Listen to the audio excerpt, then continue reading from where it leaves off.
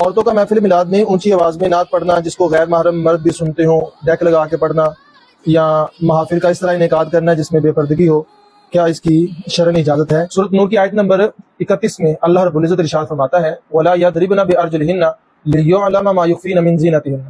اللہ رب العزت خواتین سے خطاب کرتے ہوئے فرماتا ہے کہ اپنے پاؤں کو زمین پر زور سے نہیں مارنا، لِيُعْلَمَ مَا يُخْفِينَ مِن زِينَتِهِنَّ، تاکہ جو تمہاری چھپی ہوئی زینت ہے وہ واضح نہ ہو جائے، وہ جان نہ لی جائے۔ مطلب جو دین عورت کو پاؤں بھی زمین پر زور سے نہیں مارنے دے رہا کہ اس کے پاؤں میں لگی پازیب کی آواز کو کوئی غیر سن کے تو اپنے دل میں کوئی غلط خیال نہ بٹھا لے، آپ اندازہ کریں وہ دین عورت کو کیسے یہ اجازت دے گا کہ وہ اونچی آواز میں نعتیں پڑھتی پھرے، تلاوتیں کرتی پھرے۔ یہ دھندا ہے شروع کیا ہوا، اس کی قطعی اجازت نہیں ہے۔ جو لوگ اس کو فروغ دے رہے ہیں بالکل گناہ کر رہے ہیں، یاد رکھیے گا۔ اور جو خواتین اس طرح بے پردگی کے ساتھ میک اپ کر کے اپنے آپ کو ٹیلی ویژن پر یا سکرین پر یا ایسی جگہ پر لے کے جاتی ہیں جہاں پر غیر محرم ان کی آواز کو سنتے ہیں، یاد رکھیے گا اس کی بالکل اجازت نہیں ہے۔ آپ اندازہ کریں کہ خواتین کو مسجد میں نماز پڑھنے سے روک دیا گیا۔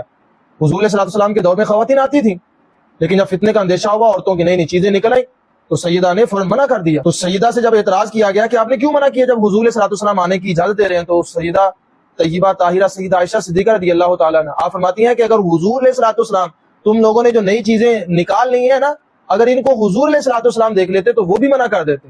یہ بالکل حرام ہے اور آپ بجائے ثواب حاصل کرنے کے گناہ حاصل کر رہی ہیں۔ اپنے آپ کو اس سے بچا لیں۔ اس کے علاوہ عید میلاد النبی کے حوالے سے میں آپ کو اور چیزیں عرض کر دوں، یہ خواتین جو باہر نکل کے روڈوں پہ جاتی ہیں اس کی بالکل اجازت نہیں ہے۔ ذرا سا لنگر حاصل کرنے کے لیے آپ کس طریقے سے دھکے کھا رہی ہوتی ہیں بازاروں کے اندر، گلی کوچوں کے اندر۔ حضرت ام سلمہ رضی اللہ تعالیٰ عنہ، یہ مسند احمد کی حدیث ہے 27077، آپ فرماتی ہیں حضور علیہ السلام نے فرمایا کہ عورت کے لیے بہترین مسجد اس کا گھر ہے۔ تو آپ اندازہ کریں جو دین عورت کو نماز پڑھنے کے لیے مسجد سے باہر نکلنے کی اجازت نہیں دیتا، وہ کیسے اس کو اجازت دے گا کہ وہ باہر یوں رات میں لوگوں کے سامنے ہاتھوں کو پھیلائے اور لنگر حاصل کرنے کے لیے یوں دھکے کھاتی پھرے، مرد و زن کے اندر وہ گھستی پھرے؟ کیسے اس کی اجازت دی جا سکتی ہے؟ جو لنگر تقسیم کرنے والے ہیں وہ بھی اس کی طرف غور کریں، صرف وہی اپنے لنگر کے سسٹم کو اس طریقے کا کریں کہ وہاں پر کسی عورت کا داخلہ جو ہے اس کی اجازت نہ ہو۔